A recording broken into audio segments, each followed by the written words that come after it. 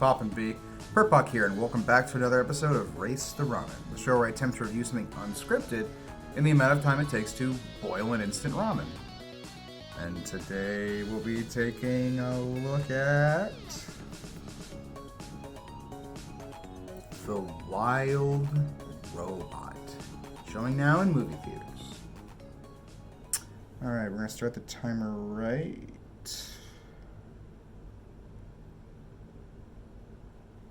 now. Okay, so, The Wild Robot. This movie has been on my radar for some time now. This is the latest feature animated film from DreamWorks, and you probably know who they are. I've covered a few DreamWorks movies on this channel. You probably know a Shrek, or a Croods, or something like that. They've been around. And it's been an interesting year for DreamWorks, for a lot of reasons. I mean, they're kind of famous for going up and down in terms of quality. They've been a studio that's been around forever, but even for them, it's been a wild year. I mean, we had Puss in Boots: The Last Wish, like 2 years ago at this point, I guess. Followed by, like, Ruby Gillman Teenage Kraken. And then we had the non-main studio, but still, unfortunately, DreamWorks adjacent Megamind 2, which I reviewed earlier this year, which sucked butt and was very, very bad. You had Orion in the Dark, which was a pretty solid little movie that I have heard almost no one talk about. Went straight to Netflix. And you had Kung Fu Panda 4, which was fine. It's been an up and down year for DreamWorks, and that's not even taking into account the fact that the studio is kind of being broken up at this point to have a lot of their future films sold out to other studios that aren't the main studio so that they can be produced more quickly. The animation industry in general is in a kind of a sad state right now. Which is why I am so happy to say that we are currently in a brief explosion of fantastic animated robot movies. And of course, the one on everybody's lips at the moment is The Wild Robot. This is one of DreamWorks' best movies, hands down. I was excited for this when I saw the first trailer. I thought it looked pretty interesting. It's a familiar sort of story. You have a robot that gets lost in the wilderness and has to kind of learn to be more than what they were programmed to be. It's familiar in certain ways. You've got like your Wall-E's and your Iron Giants and lots of other like kid and family movies that don't involve robots necessarily. But this is a special one. This is a really, really good movie. Like, forget just a really good animated movie. This is a great movie. Probably one of the best of the year so far. It's just so smart and sweet and cute and gorgeous. Like, it's everything I kind of wanted it to be, and then a little bit more. You have a pretty likable main character in Roz, who is this, like, multifunction, like, personal assistance robot, who lands on an island and has to find a task. Eventually, she finds this little baby gosling, little baby goose, and her task becomes to raise it and help it to fly for migration. And I'll spoil no more than that, but that's the framework that most of the movie is built around. And you'd be surprised how fresh and interesting they keep it. There are a lot of points where I thought the story was going to go places I expected, and sometimes it did, like, oh, okay, I figured this would happen. But then they'd find a way to subvert my expectations in a clever way, or just do something slightly different than you might expect from another movie like this to make it stand out. And I gotta say, this movie is surprisingly mature. It talks about death a lot. Like, in the first, like, 5-10 minutes, it's abundantly clear. It's like, you see a crab get carried off by a bird. You see a bird get its, like, head, like, cut off or something. I don't even know how it happened. It happened so quick. And, like, a flurry of animals fighting, a little bird's head just pops off. It's quick. But then, like, just the whole thing is about, like, the circle of life, and, like, nature can be cruel and unfeeling. And there's sort of a permeating kindness to Roz, our robot main character, as she, like, learns to be more and, like, slowly helps out and changes things on the island. The whole thing has got a relaxing, kind of cozy vibe for most of it, but it also knows how to effectively create tension. There were a few scenes where, like, the characters were in genuine danger, and I wasn't sure if they'd be alright or not, because they'd established people can die or get hurt or just have bad things happen to them. So, yeah, it was just solidly written, wonderfully presented. I barely even mentioned the animation. It looks great. Not as pastel, storybook, painterly colored as I was hoping after, Puss in Boots: The Last Wish did so well with that. But regardless, this movie looks amazing. Like, the main character, again, Roz, is like a fun robot with like wheels and like nozzles all over, so she can like move around in funny ways.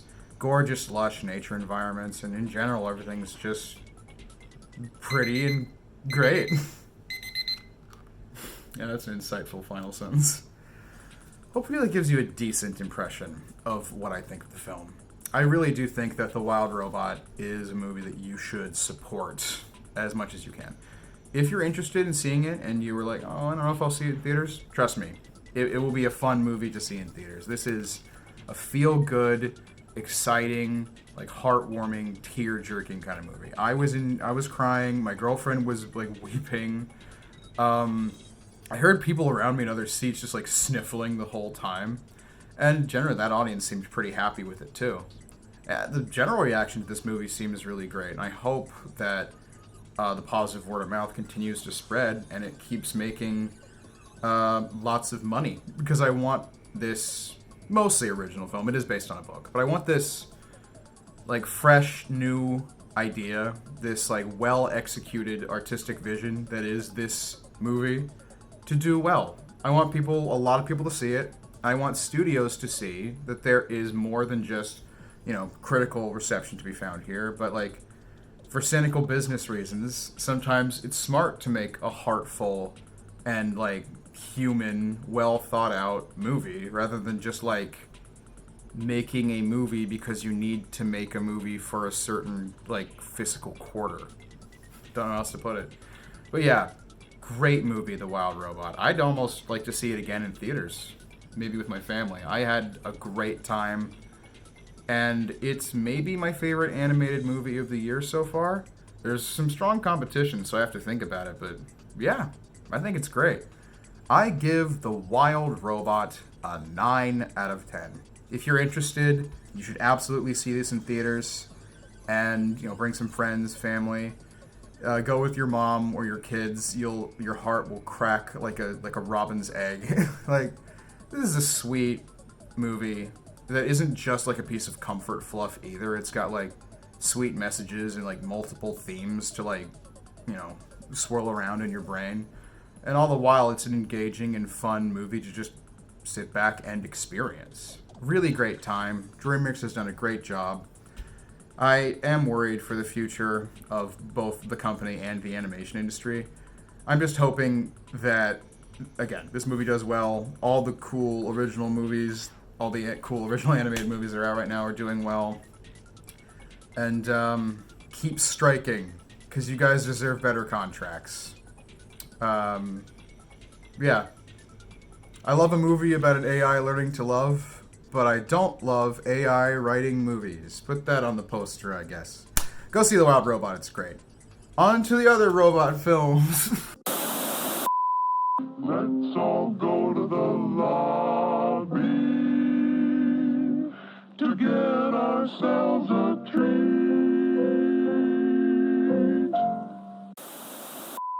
And today we'll be taking a look at Transformers 1, showing now in movie theaters. Alright, we're going to start the timer right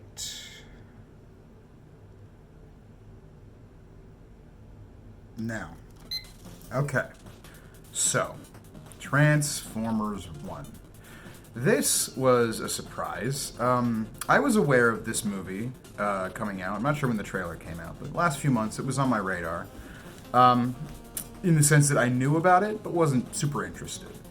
In case you aren't aware, Transformers 1 is a new film in the Transformers franchise. That franchise about alien robots that can turn into cars and vehicles and whatnot. You may be familiar with the Michael Bay movies, which, for better or worse, have been part of the cultural conversation for the last 20-something years. Less so in the last few years. That franchise kind of slowly died out because we got, diminishing returns. People got sicker and sicker of it. Transformers never really went away, but the Bayverse slowly died down, and I guess it's time for some new projects to poke up like little sprouts breaking free from the earth after a forest fire. And here we have Transformers 1, which I believe was announced initially like, I don't know, like 8 to 10 years ago. It feels like forever. But it is an animated original movie in the Transformers universe, telling a story that I don't believe has ever been told before, at least not in a movie, of Optimus Prime and Megatron, who will be the leaders of the Decepticons and Autobots in the future, how they were friends as young men, and how they became the leaders that they would be, the famous, iconic versions of themselves, basically.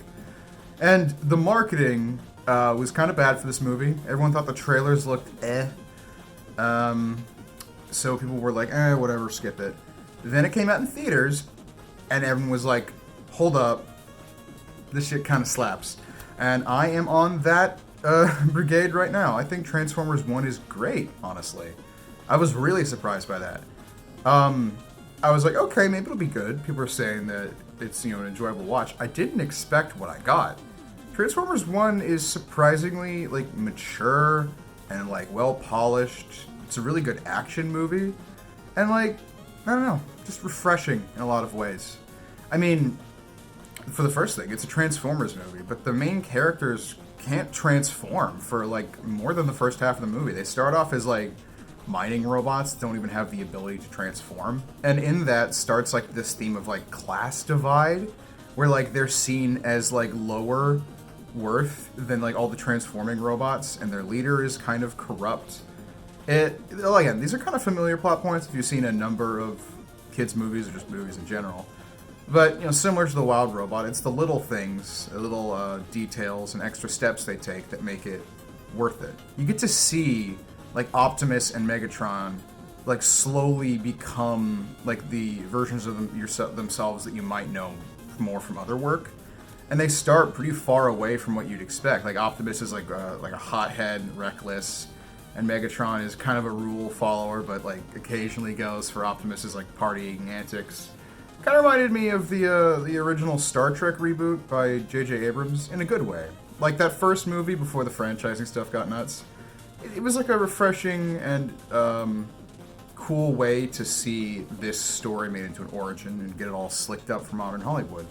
And that's how this feels. The name of the director is slipping my mind at the moment, unfortunately, but they headed Toy Story 4, Rise of the Fallen, and I guess being someone who worked with toy models made them really well suited for characters that are basically giant toys, because this movie looks gorgeous. Sometimes the animation is a little too fast-paced for me to keep up with, me personally.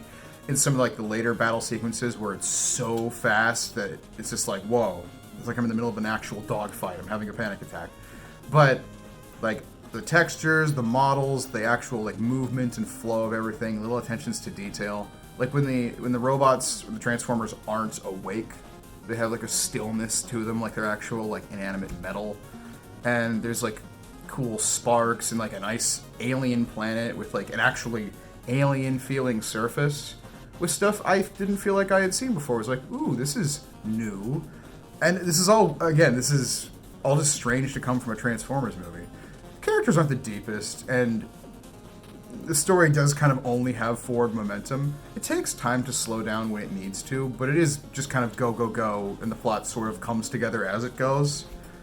And Bumblebee got very annoying. I could go on for a while about that, but other than that, great time.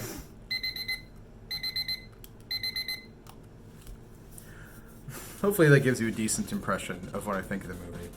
But yeah, Transformers 1 really surprised me.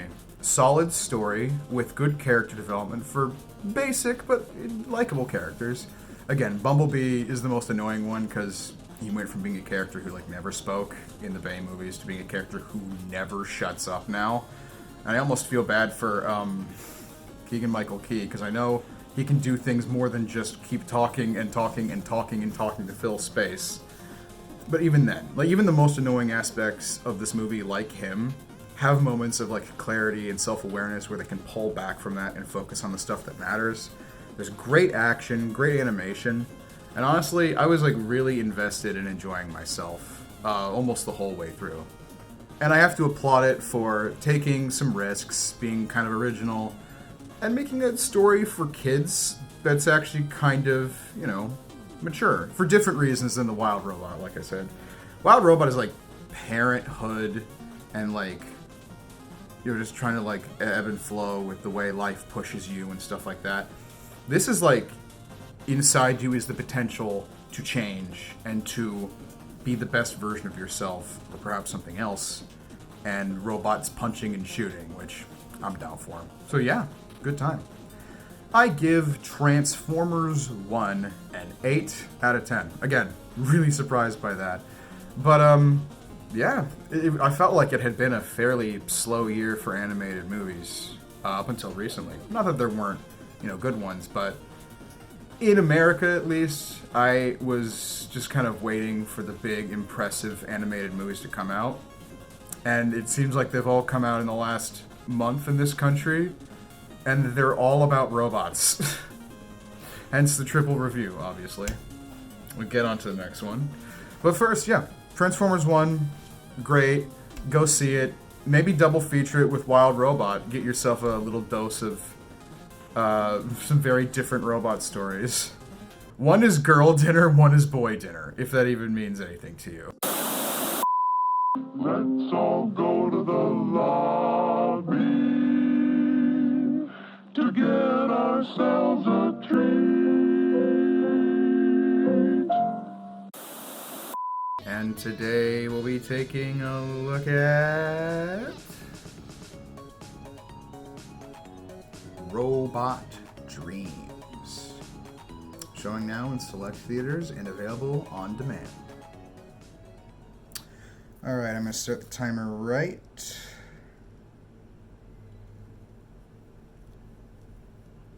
now. Okay, so Robot Dreams. The third and final of this very special triple animated Race the Ramen review feature of animated robot movies. I just happened to notice that in September, at least in the States, all three of these movies came out in the same month, not that far away from each other, and they're all pretty great animated movies about robots with very different approaches. So, yeah, we talked about The Wild Robot, which is sweet and motherly and a great family film. And then we talked about Transformers 1, which is a great action movie with a solid story about friends drifting apart and rebellion and finding potential in yourself. Robot Dreams is also about a lot of things, but it's probably got the simplest plot out of any of these movies, bar none. It is the story of Dog. His name is Dog, and he is a dog, and he is lonely. He lives in 1980s New York City in a wonderfully hand-drawn 2D world where everyone is an anthropomorphic animal. There is no dialogue to speak of. People make noises and there's sound, but I don't know, similar to like a Shaun the Sheep or Hundreds of Beavers or like an old Charlie Chaplin or something. It's almost devoid of it's completely devoid of normal dialogue like that. People still have like emotive, noises they make, and like little breaths through their nose and whatnot, which does a lot to like humanize and characterize characters more than you'd think. But for the most part, it's all told through the visuals and the wonderful music. And this movie is adorable and sweet, and I cherish it. And there's a good chance if you watch it, it will break your heart. Like, I don't want to go into spoilers too deep, but this movie is equally about friendship as much as it is about, like, love, or, like, multiple kinds of love. Family love, platonic love, romantic love. And then, on top of that, like, loss and separation. I've seen a lot of people describe this as a breakup movie, which it kind of is. Again, I don't want to spoil the plot specifics. I'd say that overall it's a pretty happy movie, but it's going to play peekaboo with your heart. It's going to go up and down with you. And I really should, again without spoilers, address in some aspect the ending. Because for some people, it makes the movie. For other people, it breaks the movie. Like, you could love this movie up to the finish line and then hate the way it ends. I saw it happen. My brother was really into it and then wasn't a big fan of the ending and kind of cried real hard. My girlfriend kind of liked it, but then lost a lot of interest at the ending. And I've seen that be kind of a common criticism. So, again, I don't like to spoil in these reviews unless I make it an explicit point to discuss that. But just know, as cute and approachable and sweet as this movie really is, and it is, it's also, like, definitely a more adult animated movie. It's appropriate for children of, I'd say, almost all ages. I think it's a PG movie. There's almost nothing in it that I could describe as inappropriate or something for kids, but I don't know. It's just the sort of thing that we don't get a lot of in the States anymore, so it's kind of hard to classify it. A 2D animated, cutesy movie that looks like it's for children that, for the most part, could easily be shown to children and have them really love it. But if you're an adult, you'll pick up on, like, additional subtext to all the cutesy stuff going on, and you might just, like, break inside. It is a truly great animated movie, and I would really have appreciated it if Neon had distributed it better, marketed it better. It's just so, like, wholesome, and it's a surprisingly, like, sweet way of telling a story about losing someone and finding new connections, or, like, trying to wonder how much that connection, like, meant to you in the first place. It's interesting. What's also interesting is that at some point my timer stopped doing what it was supposed to do, so oops. But I don't want to do this take again, so I'm just going to add myself beeping in post right here. Beep, beep, beep, beep. Wow, can you hear that? Beep, beep, beep, beep. That's me beeping. Wow. Hopefully that gives you a decent impression of what I think of the movie. This is actually maybe the hardest one to talk about without spoiling, because The Wild Robot and Transformers 1, while they have, surprises and plots with enough complexity that I dare not go too deep into them to ruin the surprises, Robot Dreams is, like, so simple and accessible that you'll probably know if you like it in 10 minutes, but it won't be until the end if you know whether or not this movie has punked you or not.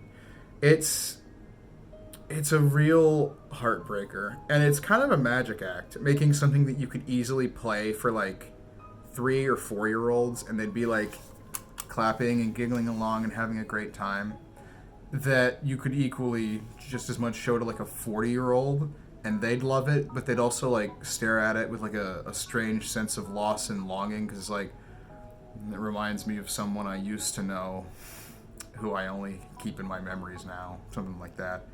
It's good. It's a good movie. Probably one of my favorites of the year. All 3 of these movies that I've talked about in this triple review, I'd say are pretty damn good, and you should check them all out. Just know, this movie could destroy you, and it kind of destroyed me, but I still loved it. So, definitely check it out. And we need more 2D movies like this anyway, so check it out if just for that. I give Robot Dreams a 9 out of 10. Totally see it. Rent it, watch it in movie theaters if you can. Apparently it still is in some select showings. I don't know. But yeah, give Robot Dreams a chance. Support animation from outside of the US. Support 2D animation. Support animation. And support all these cool robot movies, because we are fortunate enough to have 3 great movies out right now that are all about robots, that are all fun cartoons, that all touch on different aspects of humanity and the soul. And one of them just happens to involve Keegan-Michael Key as Bumblebee, basically going, that just happened, but I won't harp on that for now. Did I say this was a 9 out of 10 already?